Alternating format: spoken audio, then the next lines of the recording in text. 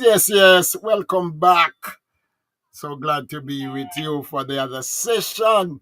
Now we are going to move into the next session now, which is question and answer. And now open up for the question at this time, which we now turn back to our moderator.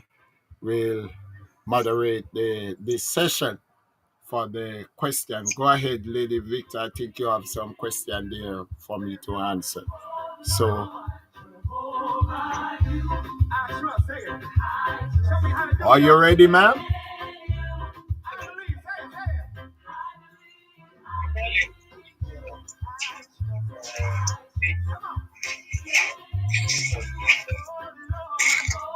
Let me know when you're ready, Lady Victor.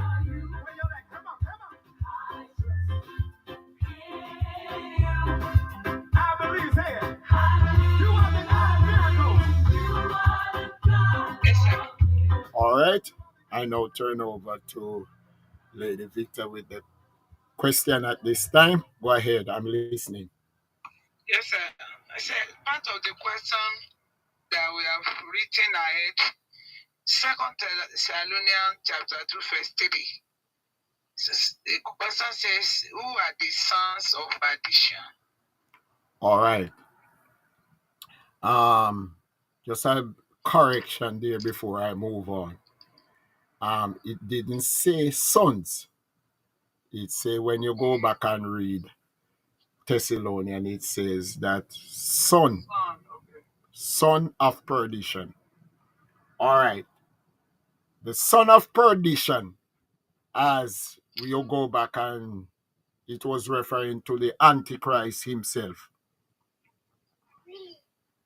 He has many names. 666, the man of sin, the Antichrist.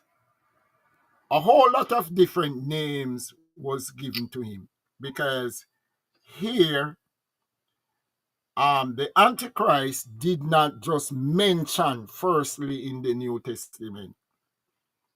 It was mention of him all over the Old Testament, but he was not called the Antichrist until the New Testament was founded. And John was the first one that referred to him as the Antichrist. Paul referred to him as the man of sin and referred to him as the son of perdition. Right? So the Greek word there for perdition means one that is condemned, one that is doomed. You understand? There is no hope. There is no repentance for the devil. The devil is doomed. So he is referred to as the son of perdition. But what Paul was writing to the Thessalonians was a young assembly. When I do the research, when I study the book of Thessalonians, it shows me that the Thessalonian was about a year and a month, young church. But what really happened, the Thessalonian was facing a hard time. And they were now applying the hard time as false teachers was teaching them that the rapture has gone because the hard time that they was now facing was the Great Tribulation. So Paul had to write unto them and say, I will not have you ignorant. So Paul was pointing out to them and tell them that the son of perdition must manifest. So the church has not yet been raptured. That was false teaching. So Paul was now correcting it and bringing up the Thessalonians to speed and let them know that what they were facing is not the Great Tribulation. They were just having a hard time. They were facing in hardship, just like us. No. Sometimes you can't find food. You can't pay your bills. You can't maintain yourself. You are now facing financial trouble. that now is time of your trouble. That's what you call persecution. You have two type of persecution, you know.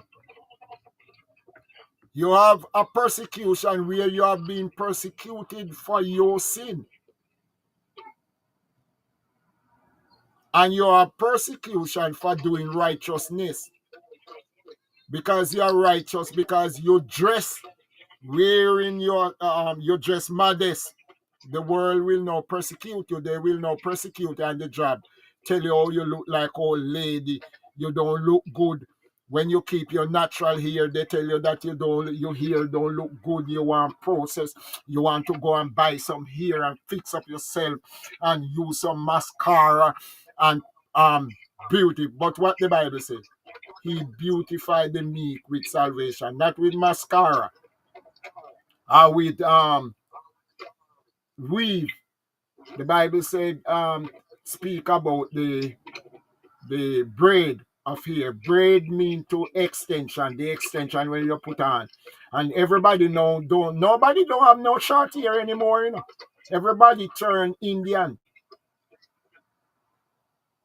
You understand? Because why? They want to look